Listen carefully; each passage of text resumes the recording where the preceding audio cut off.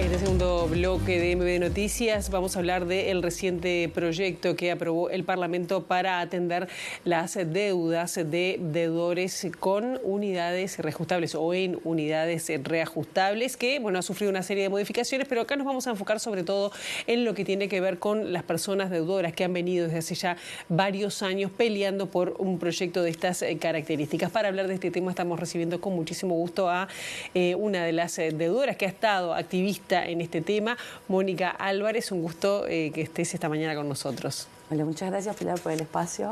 Por favor, ustedes han venido, digo ustedes, y hablo en plural porque hace muchos años que vienen trabajando con respecto a este tema. ¿Conforma este proyecto que se aprobó ya prácticamente al final de esta legislatura? ¿Es lo que se pretendía? Bueno, sí.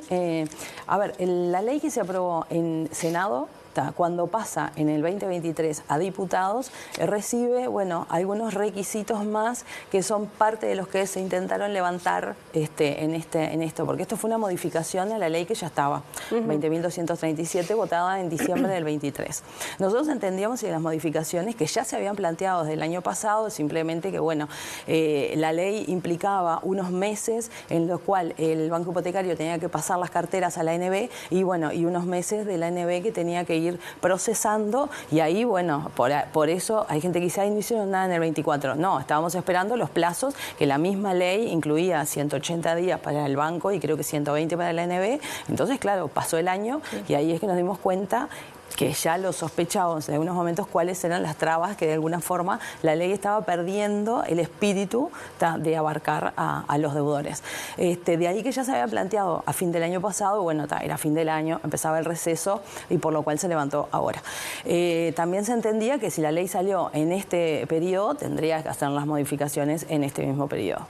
Las modificaciones fueron tres.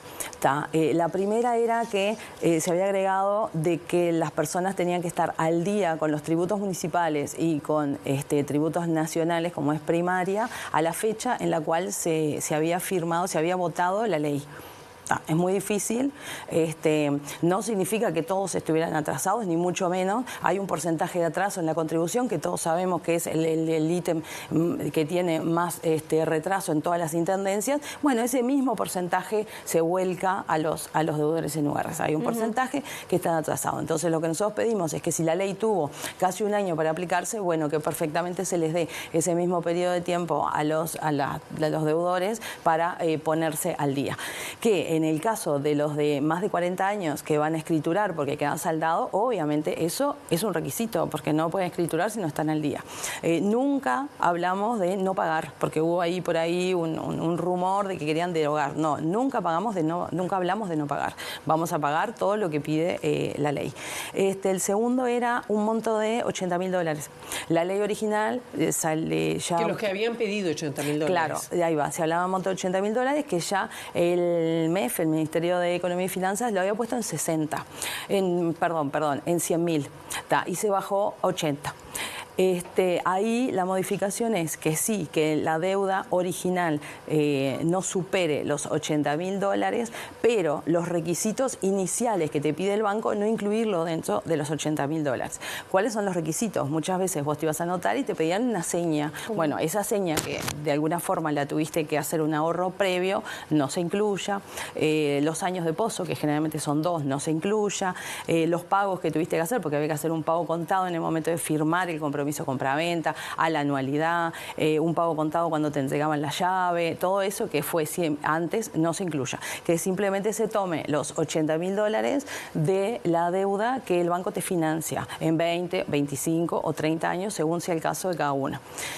Aparte de que también sabemos que el metro cuadrado no es el mismo, el costo del metro cuadrado en el interior que en el sur del Uruguay. Y bueno, y tampoco en los años. No es lo mismo un metro cuadrado no sé, en el 80, el 90 que en el 2000. Y el tercer punto era sobre la cantidad. Había una frase que era sobre lo que tenían que tener los deudores, digamos que amortizado, que te pedían que el 65% de lo que tuvieras, de lo que debieras al día de hoy, no podía ser mayor que el 65% de tu deuda deuda original. Era bastante complicado de analizar, aparte ahí entraba el tema de los colgamentos, que qué tomás al día de hoy de tu deuda, si era lo que debes al día de hoy del capital o con los colgamentos. Los famosos colgamentos. Ahí va, que ahí, tal cual, que ahí te suma pilones la deuda. En conclusión, eso quedó con una frase de que tenés que tener pago el 35% de lo que solicitaste. Bien, y pasando en limpio, ¿quiénes van a beneficiar? Es decir, ¿cuál es el universo de las personas que estarían siendo beneficiadas? Estamos hablando de UR, es decir, los que tomaron préstamos en el viejo banco hipotecario. Sí, estamos hablando de, todos salimos de banco hipotecario, porque antes del 2002 era banco hipotecario, no existía nada. Todos estábamos en URs. Empieza una diferencia en el 2008 cuando se crea la Agencia Nacional de Viviendas. Ahí pasan la cartera morosa que tenía el banco para poder salir adelante del banco, lo pasan para la Agencia Nacional de Viviendas.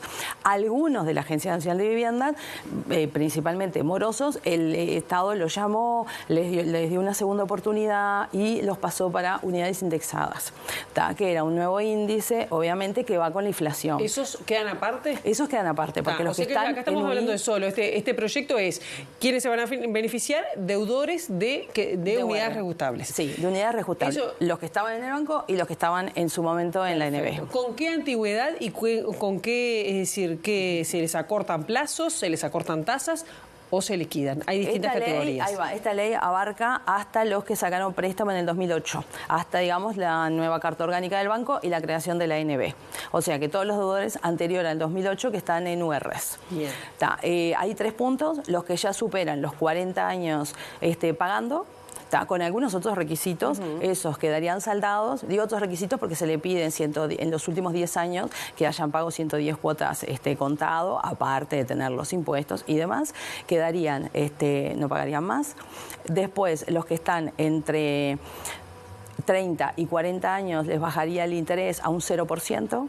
Y los que están entre 20 y 30 años les bajaría a un 2,5%. La cuota no varía, porque te baja la cantidad de años. Vas a seguir pagando la misma cantidad de UR que pagabas en el 2022, lo dice la ley. Claro. En UR paga lo mismo.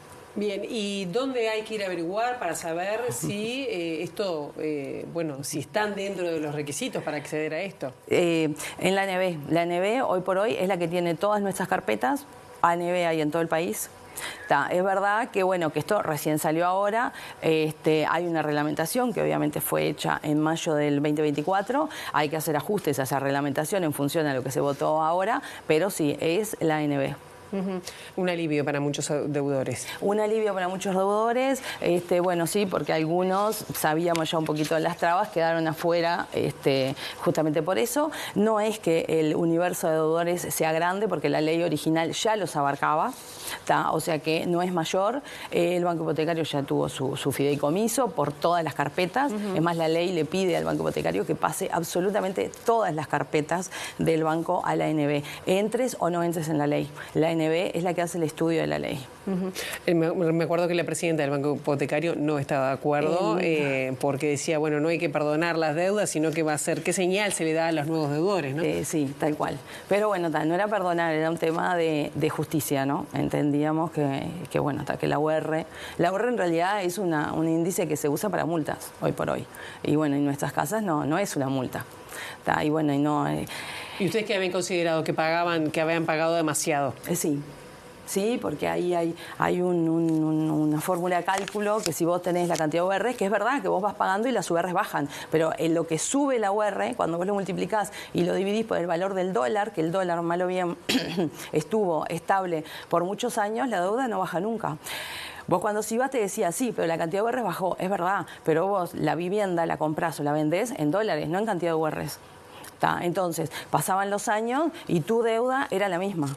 Pasaron un montón de años y a veces debías lo mismo o más de lo que habías sacado en su momento en préstamo, sin haberte atrasado nunca. Claro, y ya con esto terminamos.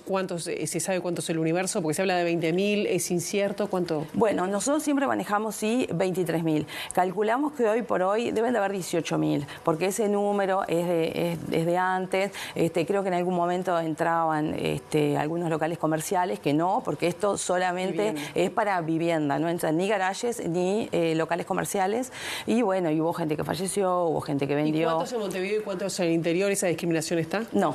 No, calculamos por el movimiento, es que es más o menos la mitad es Montevideo Canelones y el resto es en el resto del país, como básicamente todo, porque es así los números en realidad. Mónica Álvarez, muchísimas gracias por estos minutos. No quisiera irme sin agradecer, por favor, a todos los diputados que nos apoyaron, a los senadores que llevaron adelante este proyecto desde el día 1, porque esto viene hace como 3 legislaciones, que al principio fue el Partido Independiente, bueno, después se sumó también, hubieron proyectos en su momento del FA, en el último proyectos del Partido Nacional, Partido Colorado y Cabildo, y se unificó en un trabajo conjunto con el Ministerio de Economía y Finanzas, porque el proyecto original que teníamos no era este, pero la realidad es que esto es lo que podía el país en su momento, y ni que hablar también, obviamente, que al presidente, porque si él no se hubiera puesto esto al hombro, no hubiera salido. Claro, en este caso no fue votado por el Frente Amplio, ¿no? No fue votado por el Frente Amplio, y algo que realmente creo que nos da vergüenza ajena fueron las palabras del diputado Olmos, porque realmente mostró su desconocimiento ante la ley y ante toda la problemática nuestra. Vergüenza el argumento que dio, porque es algo que realmente, si él va para atrás, es algo que lo vinimos trabajando en todo este quinquenio. Fue algo que trabajaron las 2 comisiones del Senado de Diputados, y bueno, y hubo cosas que planteó y nosotros que estábamos en barras decían, no puede, digamos, decir eso. Realmente fue algo que nos dolió bastante, porque